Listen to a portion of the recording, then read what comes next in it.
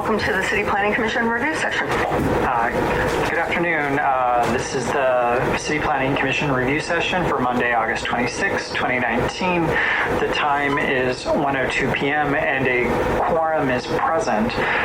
The first item on our agenda is a certification of zoning map and zoning text amendments, special permits, and an authorization in Manhattan Community District 10. Our presenter is Allison Brown. Good afternoon, Commissioners.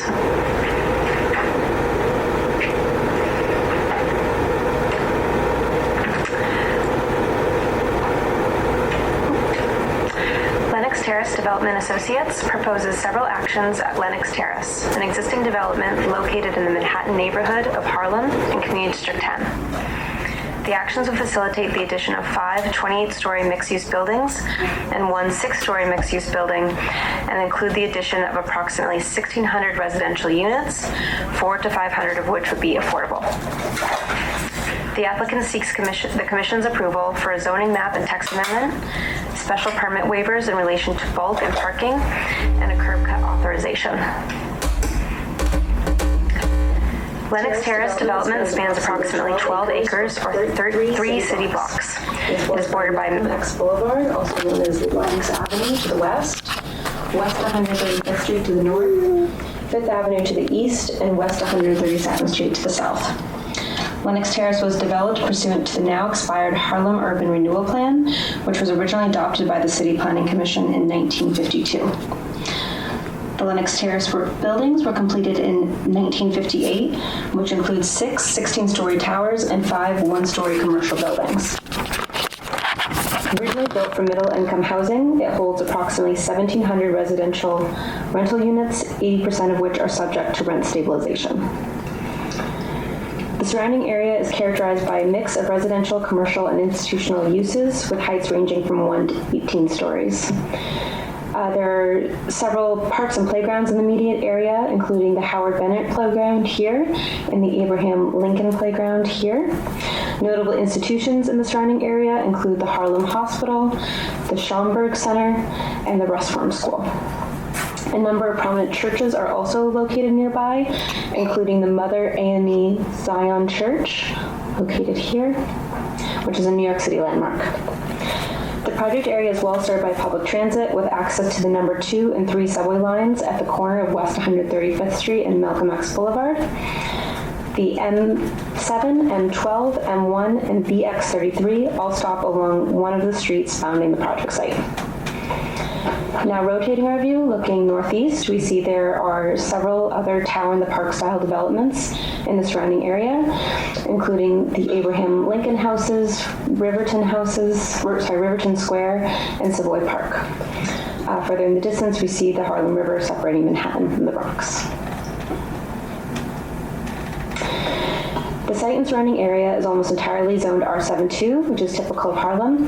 R72 allows a maximum residential FAR of 3.44 or 4.0 pursuant to quality housing regulations.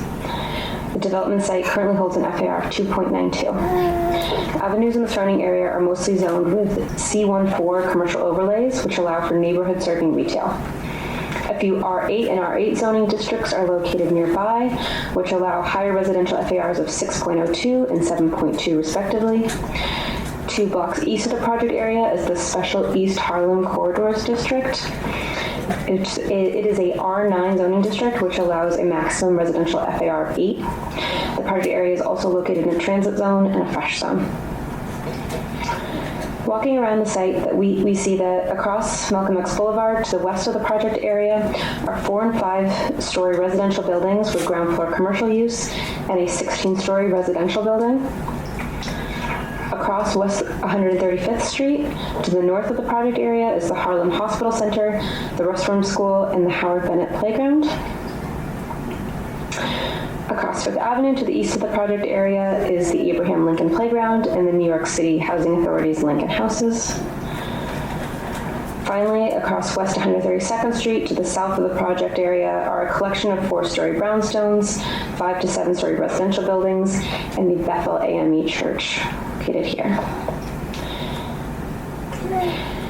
Here we see in plan view the existing conditions of the development today. Again, Malcolm X to the west, West 132nd Street to the south, 5th Avenue to the east, and West 135th Street to the north. Extending south from West 135th Street is Lenox Terrace Place, also known as Ella Baker Terrace. And intersecting with Ella Baker Terrace is West 134th Street, a segment of the pre-existing through road. It's right here. There are 6 existing residential towers of 16 stories that are proposed to remain, highlighted here in red. And there are 5 existing one-story commercial buildings which hold retail tenants such as grocery stores, banks, and food and beverage establishments. There are 27 existing retail frontages, 9 of which are vacant. There are also 2 lots within the site that are entirely vacant. The southern lot has been vacant since 2009, while the northern lot has been vacant since 2006. All vacant lots and one-story commercial buildings are proposed to be redeveloped as part of the proposed development. Here we see the interior of the superblock, which is predominantly surface parking. Pedestrian vehicular through-block connections are extremely limited due to landscaping and chain link fences. The proposed rezoning area also contains 4 additional tax lots that are not owned by the applicant. These lots contain the Metropolitan AME Church, the New York City Parks Department Hansborough Recreation Center, the Archdiocese of New York Kennedy's Community Center. These buildings are not proposed to be developed as part of this application. So here we see a rendering of the proposed development looking northwest. The proposed new buildings, highlighted in yellow, would replace existing low-rise commercial buildings with 5 new 28-story mixed-use buildings and 1 6-story mixed-use buildings. The 2 towers located along Malcolm X Boulevard will be set back and rise sheer from 6-story bases, while the remaining 3 towers would be set back and rise sheer from 4-story bases. All 5 of the new towers would be approximately 285 feet tall, matching the height of the adjacent Harlem Hospital. The 6-story building located along Malcolm X Boulevard would have a height of 68 feet. The first and second floors of all new buildings are proposed to contain a mix of retail, commercial space, community facility space, and/or accessory residential uses. In total, these buildings will add 1.5 million square feet of floor area and 1,600 new dwelling units, approximately 400 to 500 of which will be permanently affordable. Together, the proposed new buildings and existing residential buildings will total 3 million square feet, including 2.8 million square feet of residential use, 130,000 square feet of commercial use, 14,000 square feet of community facility uses, and in total, the development will hold approximately 3,300 dwelling units. The applicant also proposes the creation of approximately 6 acres of open space and underground parking garages beneath each of the new buildings. Seen here in plan view, we can see that the proposed below-grade parking would allow for the creation of the open space, as well as new east-west connections. One, the promenade, which allow for the natural extension of West 134th Street through the block, and the second, the Serpentine, which would curve beginning at West 133rd Street and allow for the connection to 5th Avenue. 2 sky bridges would traverse over a private driveway to connect the second story of the 6-story building with the northwest tower and with the southwest tower. 5 of the 11 existing curb cuts would remain on site and 12 new curb cuts would be introduced.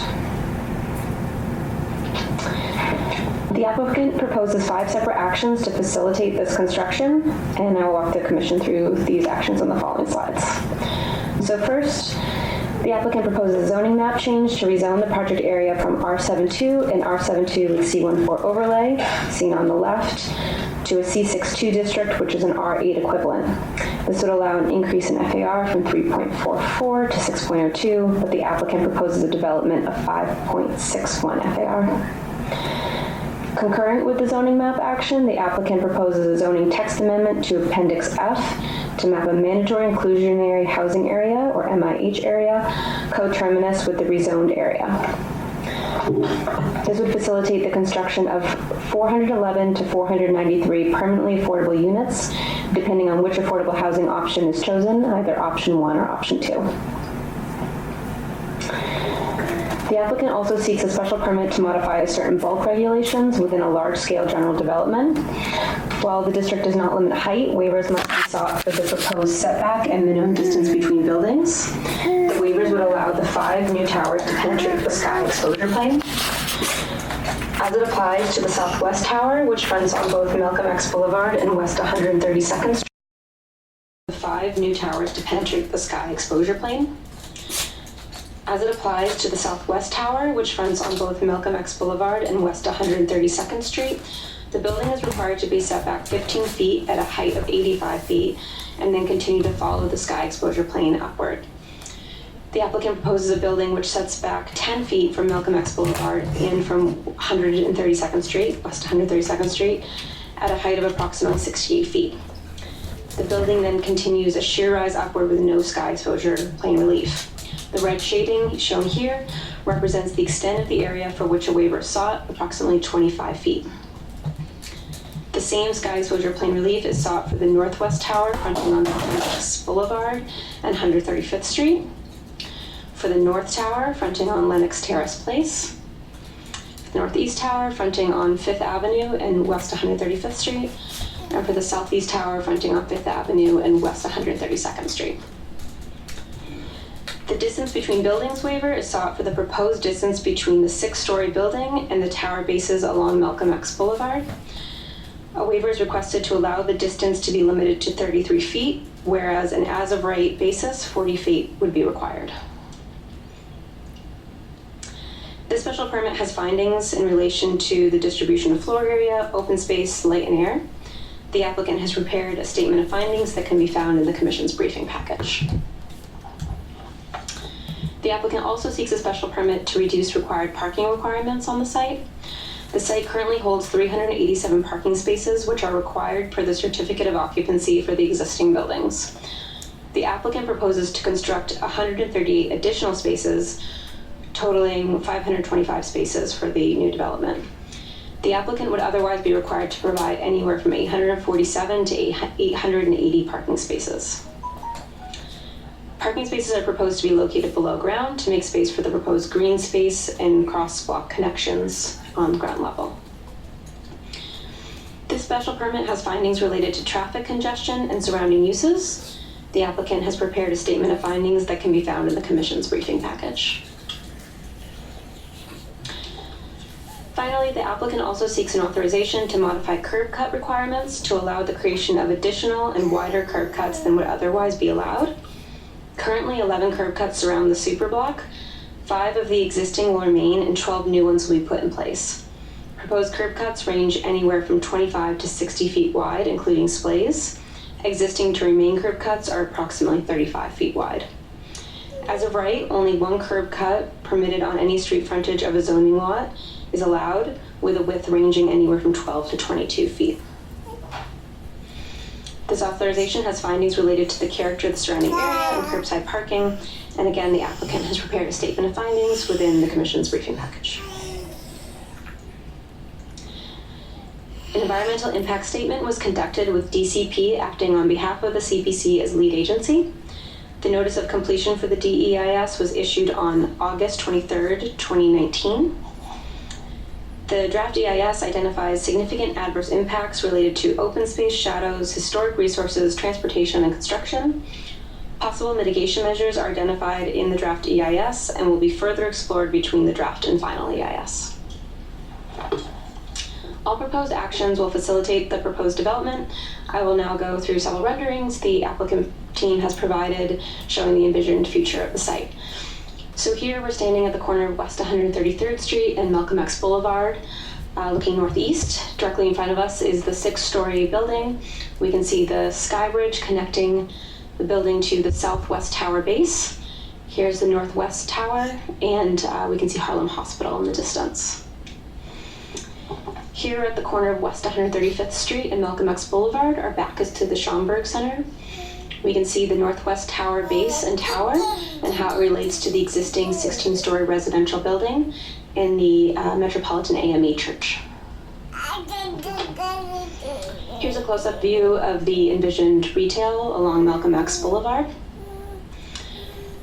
And here we can see another view of the retail and the proposed second-story uses of a possible community facility space or accessory residential uses on the second floor. Here's an internal view. This is along the promenade, which is the natural extension of West 134th Street through the block. We can see both passive recreation space and the active recreation space proposed as a mix of options within the development. And here we can see the Great Lawn and the Serpentine pedestrian walkway lined with cherry trees. This would allow for connection from Malcolm X Boulevard to Fifth Avenue, extending from West 133rd Street. Thank you. Questions from the commission? Vice Chair Knuckles. Thank you, Allison. Is it possible to key in on the Lenox Avenue frontage where the two towers interact with the six-story? The rendering? Yes.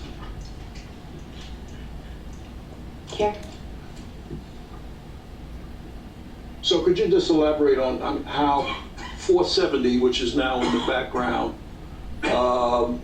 is there a plan view of how the access circulation. that and how the traffic would come in and out, et cetera? Sure. I could just actually continue through to, is this helpful? Yeah. So this is a possible pedestrian circulation network shown through the development. So here, this is the corner that we would have been standing on in the rendering. Right. So this shows the six-story building and the southwest tower and the connection through that would be covered by, in part, by the sky bridge. And the pathway would need to meander through to work around the existing residential buildings. All right, so there's no vehicular access here. No, this isn't vehicular access, this is pedestrian access. There is vehicular access, this is vehicular access in a driveway. Well, yeah. Sorry, yes. Can you drop off in front of 470, Yes. which is here? So here's a driveway plan showing the direction of the vehicular movement. So cars could travel down the driveway here and drop off to this building, and then continue outward back to Malcolm X Boulevard or Lenox Avenue.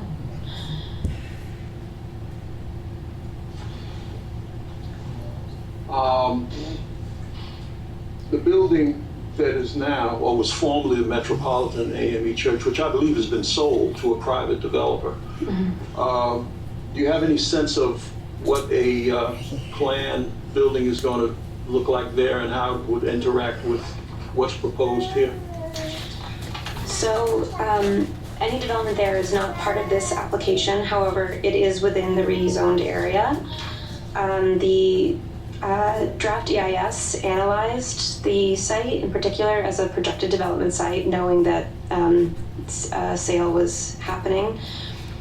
The rezoning would increase the allowable FAR on the site, and the EIS analyzed that the redevelopment could result in 69 units, 21 of which would be affordable, and approximately 7,000 square feet of community facility space to be used for church use or other uses. Okay, so if I understand you, the point of entry for 470, you would come to the northern, almost come in and out again? Yes. Is that how that works? And what about the entry points for the garages for the below ground parking. below ground parking? So the entry ramps are located, one is located here on West 135th Street, here, down here, and here. So there's 4 ramps leading down into the below grade parking. So the current residents of Lenox Terrace, who now park above ground, would have assigned spaces Yes. within the new parking structure? Yes, everyone that currently has a parking space, their parking space would be retained in the new parking proposal. With regard to the open space, now this is private space, is it not? So what would the access be on a daily basis? So it is actually not yet determined if this will be fully public or open only to the residents of Lenox Terrace. It's still an open discussion with the applicant and the residents. That'll be an interesting discussion. Yes. Okay, I'm sure I'll have more, but that's... Of course. Commissioner Burney. Yeah, just following up on those thoughts. I mean, you represented earlier that the applicant believes that those pedestrian routes would be an extension of 134th and 133rd Street. So again, that question of who controls it, who's allowed, and so on. But there is a sort of inherent conflict because of the two apparent access points. You've put curb cuts, so they've put curb cuts, which means it'll be a traffic pedestrian conflict at those points. So it's hard to see, the devil's in the details, how exactly that works out on the ground. Yes, at these two locations, there is proposed sidewalk and vehicular pathway, so that the two uses can exist in the same area, but adjacent to one another. Well, I see that as a bit of a tricky conflict area. And the other things, I'm just curious, these sky bridges, why are they necessary, and why wouldn't you simply have a contiguous building obviating the need for an exception to the distance between buildings? That's an excellent point. So the spaces between the buildings allow for breakup in building length and allow for the cars and pedestrians to access the development within the block and not have a very long building frontage. So it just allows more porosity into the site, while the sky bridges allow for the continuation of the second floor use. So it's more flexible from a mix of different tenants. Strikes me as another contradiction. Okay. Thanks. Other questions? Commissioner Levin. Yeah, I have some affordable housing questions and also a question about the zoning choices and the commercial space. So you mentioned that or maybe you mentioned, or it's in the briefing sheet, that of the existing dwelling units, approximately 80% are subject to rent stabilization. How, under what circumstances is there a financing about to expire? What's the more details about the status of the current rent stabilization would be good to have as this goes forward. Okay, absolutely. I can talk to the applicant team and return to the commission with that information. Okay. And also I gather that while it's being mapped for MIH and options 1 and 2, it's not yet decided. Correct. Either which will be. Okay. Correct. All right, so that's something to find out more about as we go along. On the commercial space that's in the project, EIS suggests that it's all to be retail. Is that the case? Or are you looking at above the street level office uses? The first 2 floors on any of the newly proposed buildings could be a mix of predominantly retail, but also just commercial use, community facility use, accessory residential use. Okay. Do they have a plan yet for tenants? I realize that development is a long way down the road. Correct. I mean, the plan final build here in the EIS is projected as 2026, so no tenants have been identified yet. Okay. So that gets to my zoning question, whether, having a C62 designation is kind of an anomaly for this area.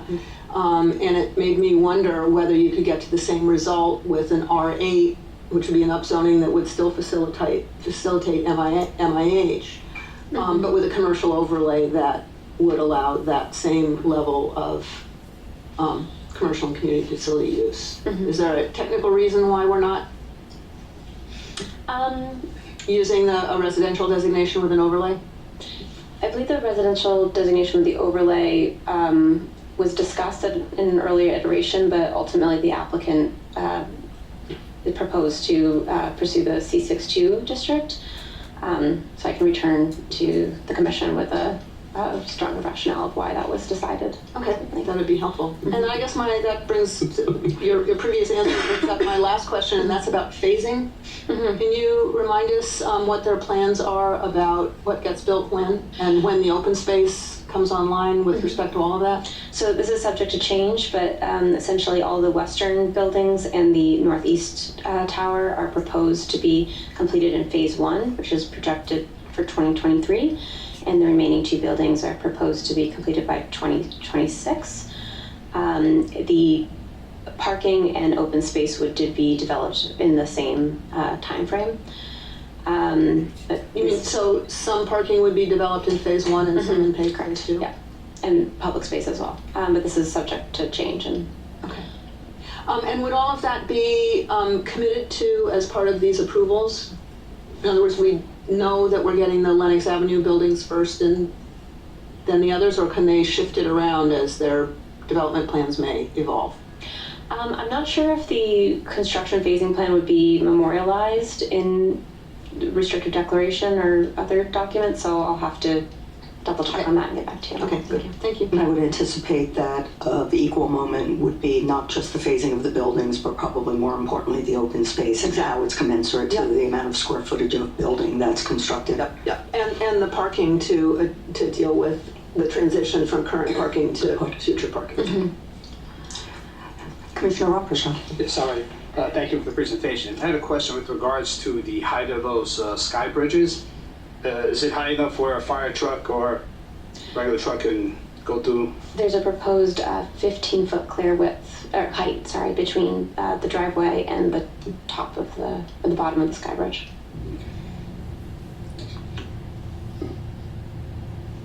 If you could ask the applicants, though, to confirm whether that meets the commissioner's question about the ability of FDNY vehicles to go underneath. Absolutely. Other questions? Okay, this application with lots of interesting issues is certified. Okay. The second item on our agenda comes with a slight correction to our